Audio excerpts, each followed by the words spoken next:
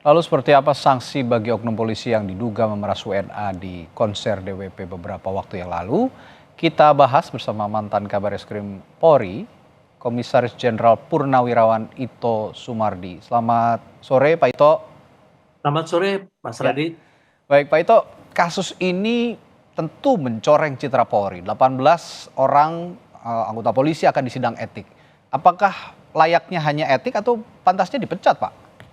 Jadi begini mungkin mengacu kepada pengalaman saya sebagai mantan duta besar ya. Hmm, Jadi seorang duta besar itu satu negara tugasnya adalah melindungi warga negaranya. oke, Kan menyangkut warga negara asing ya. itu dia. Tentunya kan merupakan satu lingkupnya adalah lingkup internasional ya Mas Mhm. Radit ya. Karena ini melibatkan korbannya warga negara asing, maka kasusnya diambil alih oleh Divpropam Mabes Polri. Dan saat ini posisi kasusnya itu sudah dilakukan sidang komisi kode etik polisi ya, yang awalnya dilakukan terhadap 18 orang yang diduga pelaku ya, dan saat ini sudah ditempatkan di tempat penempatan khusus ya, atau ditahan ya. Ya. Kemudian juga untuk jabatan pamen ke bawah, Hmm. itu sudah keluar mutasi ya, di mana pamen-pamen tersebut sebagian ditempatkan di Yanma, pelayanan masyarakat, untuk Oke. mempermudah sidang komisi kode etik ya. Kemudian juga sudah dikeluarkan TR yang sifatnya adalah demosi ya kepada mereka yang diduga terlibat dengan kasus ini. Kemudian tadi sudah disebutkan juga oleh Pak Kadipropam, Hmm. yang sudah bisa disita itu adalah 2,5 M. Ya tentunya di sini kita berharap jangan sampai ada kasus yang membesar-besarkan sehingga seolah-olah kasus ini sedemikian serius Ya. dan rusaknya daripada anggota yang melakukan ini. Tentunya ini masih ada proses lain yang sekarang sedang didalami, dan minggu depan akan dilakukan sidang Komisi Kode Etik untuk memutuskan para pelaku Oke. sesuai dengan derajat pelanggaran yang terbukti dilakukan. Nah, ini menunjukkan komitmen daripada pimpinan Polri bahwa setiap kesalahan daripada anggota apabila terbukti maka akan ditindak tegas tanpa pandang bulu. Oke. Demikian.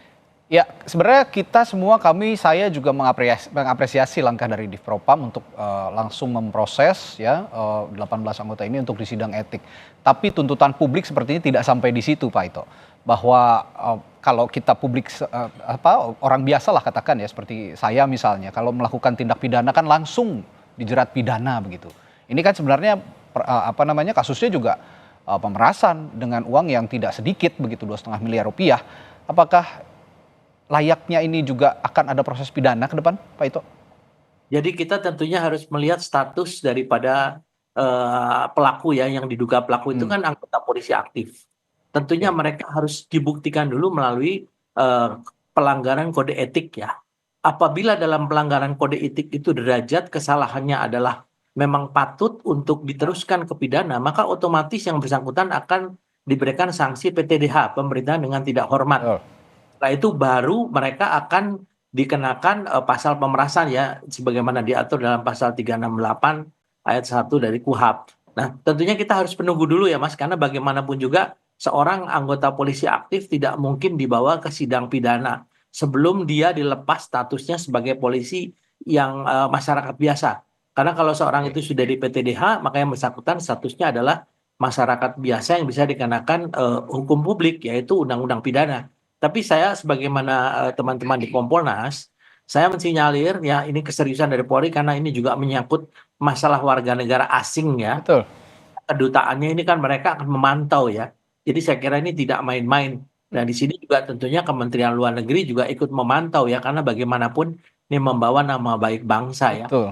Nah, kita harus menunggu siapa yang memang patut dibawa ke sidang pengadilan pidana umum ya. Nah, Ya. setelah Ini dia melalui sidang komisi kode etik ya, dengan hukuman pemberhentian dengan tidak hormat. Demikian. ya, kredibilitas yang dipertaruhkan bukan hanya Polri tapi bangsa karena ini menyangkut dengan warga negara asing gitu, Pak Ito. Nah, ini belakangan kan ya kita sudah tahu ya, usai kasus ini mencuat, banyak polisi yang mutasinya besar-besaran. Tapi kalau dimutasi lantas tidak ditindaklanjuti juga ini sepertinya akan jadi percuma. Kalau Pak Ito melihat ada indikasi nggak keterlibatan para petinggi di Polri ini dalam kasus ini? Sebagian saya sudah baca ya, sekian Hmm, ratus. itu sebagian itu memang sudah memasuki masa pensiun ya Mas Radi ya, Oke. sehingga harus ada pergantian dan sebagian saya lihat juga memang ada yang masuk ke dalam satu, kategorinya adalah demosi, yaitu jabatannya itu tidak bertambah tinggi, tetapi jabatannya mungkin mendapatkan jabatan yang sifatnya adalah bukan operasional ya. Nah tentunya ini kan ada diatur dalam, keputusan Kapolri atau Perkap nomor 7 tahun 2022 ya, yaitu tentang kode etik. Kita semua sudah mendengar bahwa selama ini kan banyak sekali, kejadian-kejadian ya, kasus-kasus yang menimpa daripada, masyarakat yang Ya. dilakukan oleh oknum anggota Polri. Dan saya melihat di sini mungkin ada keterkaitan, karena bagaimanapun juga aturan yang berlaku di kepolisian adalah seperti di TNI, apa di tentara ya, apabila ada kesalahan dilakukan oleh anggota, maka 2 tingkat di atasnya, pimpinannya itu akan mendapatkan sanksi. Ya. Meskipun sanksinya tentu tidak seperti sanksi yang diberikan kepada pelaku-pelaku utamanya ya. Nah ini yang mungkin dari, sebagian daripada, rotasi atau mutasi ini adalah mungkin terkait dengan masalah-masalah yang selama ini muncul di Ya. permukaan ya, seperti yang di Karena Semarang. ya, karena begini Pak Ito, kalau publik melihatnya ya dalam tanda kutip seperti jatuhnya jadi seperti sindikat karena yang terlibat mulai dari unsur Polda, Polres, Polsek terstruktur begitu sepertinya apa namanya oknum-oknum polisi yang melakukan pemerasan ini. Nah, kalau tadi kita kaitkan dengan konteksnya mutasi anggota Polri, salah satunya adalah di Narkoba Polda Metro Jaya karena di kasus ini pemerasannya ada kaitannya dengan narkoba begitu. Kalau Pak Ito sendiri melihat peran Dir Narkoba dalam kasus ini, apakah mengetahui anak buahnya melakukan tindakan tidak terpuji seperti itu? Ya, pertama mungkin ingin saya luruskan dulu Mas Radi ya, Mhm. bahwa polisi itu dengan tentara beda ya, karena Oke, polisi itu sifatnya perorangan ya. Perorangan, makanya setiap anggota polisi mempunyai namanya kewenangan diskresi. Jadi oke, tanpa dia harus mengatakan kepada pimpinan, dia bisa melakukan sesuatu untuk kepentingan atau untuk hal-hal yang lebih besar ya, mencegah hal-hal yang lebih besar terjadi, namun setelah itu dia harus melaporkan. Bisa saja pimpinannya tidak mengetahui. Beda dengan oke, kalau unsur TNI ya, itu kan ikatannya ikatan kesatuan. Tapi kalau hierarki, ya, kalau dilihat dari di Narkoba Polda Metro Jaya, tentunya ini kan, pimpinan Polri melihat seberapa banyak kasus-kasus yang menyangkut masalah narkoba, yang ini termasuk adalah masalah pengawasan ya, pengawasan yang dianggap mungkin, lag ya atau lemah sehingga ya, harus dilakukan pembinaan dan suatu saat kalau memang yang bersangkutan memang berprestasi, pasti akan mendapatkan, apa namanya, mendapatkan, penghargaan kembali ya. oke, Ini oke, adalah sesuatu yang memang sudah diatur ya, diatur dalam, Perkap Kapolri ya. Ada dulu nomor, 14 tahun 2011, oke, itu ada bagi orang-orang yang terkena ini biasanya ditempatkan di tempat yang demosi ya, yang ya, lebih rendah, mungkin oke. sekolahnya juga ditunda ya, dan lain sebagainya. Nah nanti kalau sudah bisa menunjukkan prestasi akan dikembalikan kembali kepada, penghargaan yang diberikan kepada kepolisian. Oke. Tapi, khusus untuk di Narkoba Polda, Metro Jaya, saya tidak bisa mengambil satu asumsi bahwa yang Oke, bersangkutan, itu perbedaannya ya Pak Ito ya dari TNI bahwa Polri dalam menjalankan tugas ada diskresi khusus sehingga dalam konteks ini bisa saja atasannya tidak mengetahui apa yang diperbuat oleh anak betul. buahnya dan ini yang lagi ditelusuri dan terakhir sedikit singkat saja Pak Ito, yang harus dilakukan Polri selain etik untuk bisa menjawab keraguan publik soal kasus ini bagaimana? Ya, pertama adalah sesuai dengan jargonnya Pak Kapolri, presisi. Kita harus Oke, transparansi ya, harus transparan. Masyarakat harus tahu perkembangannya ini, jangan ada seolah-olah ditutup-tutupi.